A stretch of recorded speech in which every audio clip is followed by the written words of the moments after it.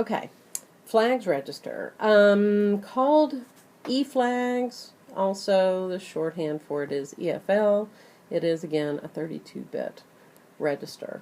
In these 32 bits, however, some of these bits actually are a little more important than others. Ooh, is that fair to say? I don't know. But it's true. So in the low order 16 bits of E-flags, I have individual bits.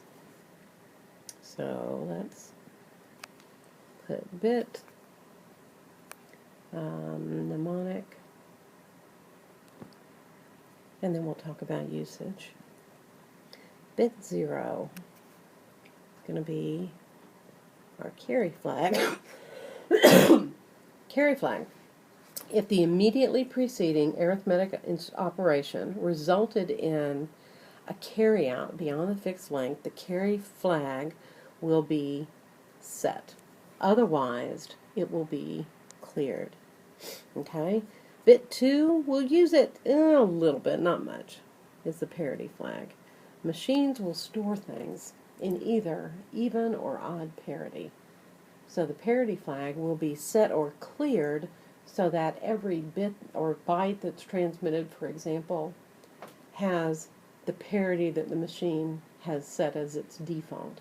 Again, we'll talk a little bit more about that later. Let's get to some that are more relevant to what we're going to be working with in the next few weeks anyway. Bit 6 is the 0 flag.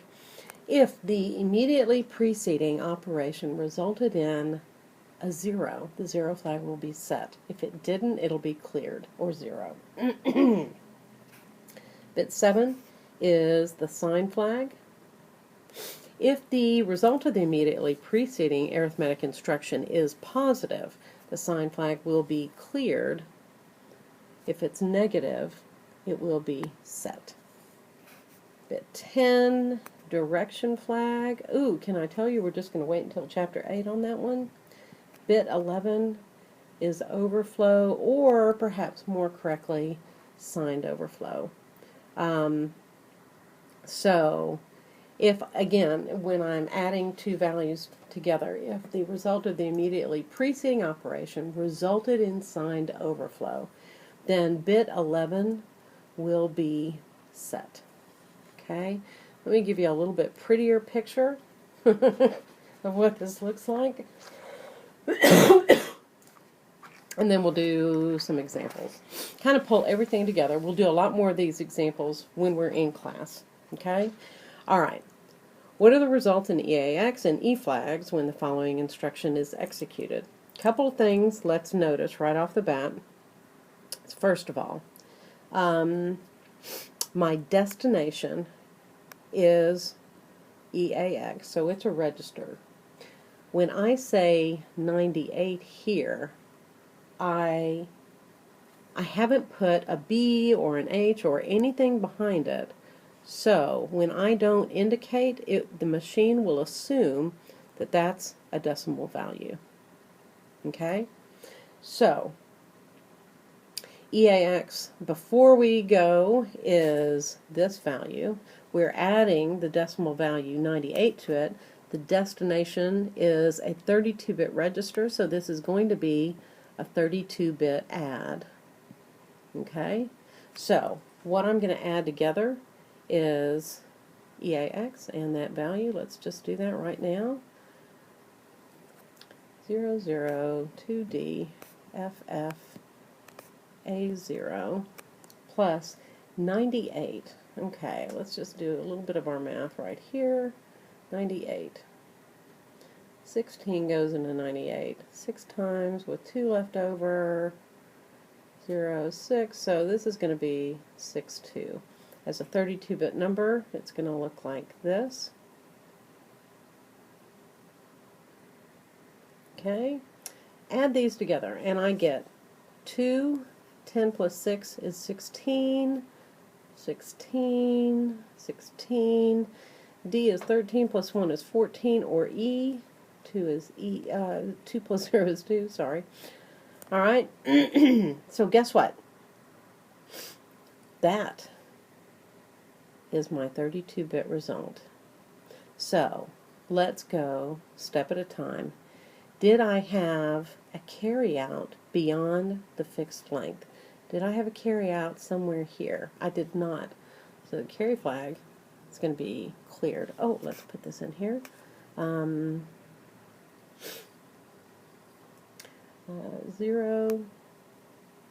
0, 2E.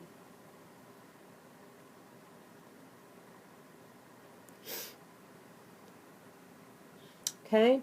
In this result, did I have signed overflow occur? Well, I added a positive to a positive, and I got a positive. So, no signed overflow. The result was positive. So the sign flag will be cleared. The result was not 0, so the 0 flag will also be cleared. Okay, now let's do kind of the same instruction, change it up a little bit, because now, and this is important, the destination is a 16-bit register. That means this is going to be a 16-bit addition. It also means when I store the results, it will only affect AX, not EAX. So, adding the same value, in this case I'm going to be doing FFA0 because AX is this portion of EAX plus 96. Okay. 0 plus 2 is 2, 16, 16, 16. Okay?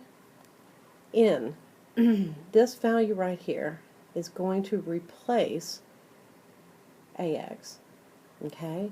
So what is going to be in EAX afterwards is, whoa,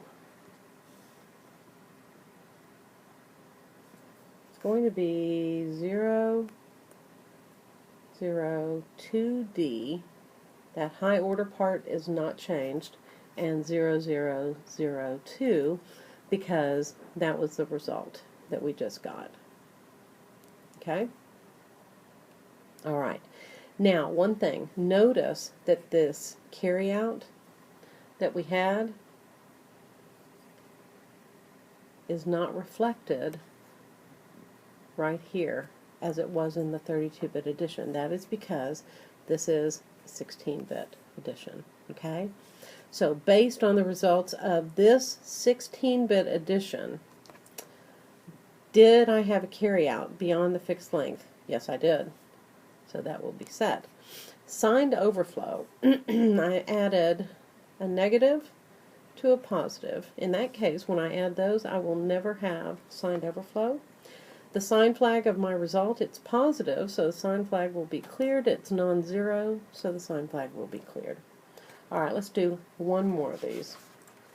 And we'll call it, oh, we'll do a little bit more, and then we'll call it a quick lecture. In this case, guys, so important now, notice my destination is an 8-bit register. So this is going to be an 8-bit add. That means that the only part of EAX that's going to be modified is AL. So A0 plus 6.2, because I'm still adding the same value, is going to be 2 and 16, so my result is 2. That means EAX, after I'm done, is going to be 0, 0, 0, 2D, FF, 0, 2, where this is the only part of EAX that is modified. Okay? Alright. Based on this 32-bit result and this operation, did I have a carryout beyond the fixed length? Yes, I did. Carry flag is set. Signed overflow. I added a negative to a positive, so no signed overflow. Sign of my result is positive, and it's not 0. Okay? All right, maybe we'll do some more of those again when we get to class. Now, we've been dealing only with 32-bit architecture, but I told you, and this is really important too, because a lot of machines today are not 32-bit anymore. They're 64-bit. A lot of our gaming systems are much bigger than that, as a matter of fact. 64-bit architecture, we have floating point registers, MMX, XMM registers. All of that we'll discuss in Chapter 9. Let me just point out that the 64-bit registers are going to look a little bit, so they look familiar because, you remember we had EAX, and we said that we could get to AX of that. The reason in 32-bit the EAX was called EAX is it was an extension of the previous architecture where that register was called AX. It was a 16-bit register.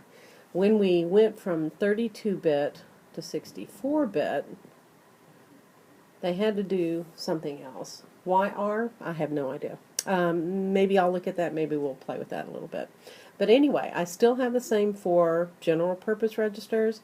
Source index, destination, stack pointer, base pointer, instruction pointer, and flags. So the architecture just scaled still a little bit.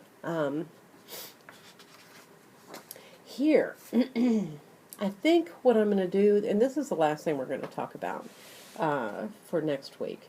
We do have 8 additional 64-bit general purpose registers because they're beyond what the previous architecture had. We start and say, oh, okay, well, we'll call them R8, R9, ... R15. Okay?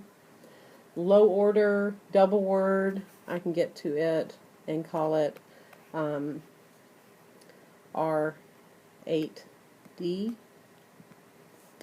I can get to the low order word, R8W, and the low order byte that way. Okay, again, more of that in Chapter 9. Guys, that's it for this week. I will see you, and we will talk more about this and do some more examples in class. Have a great weekend.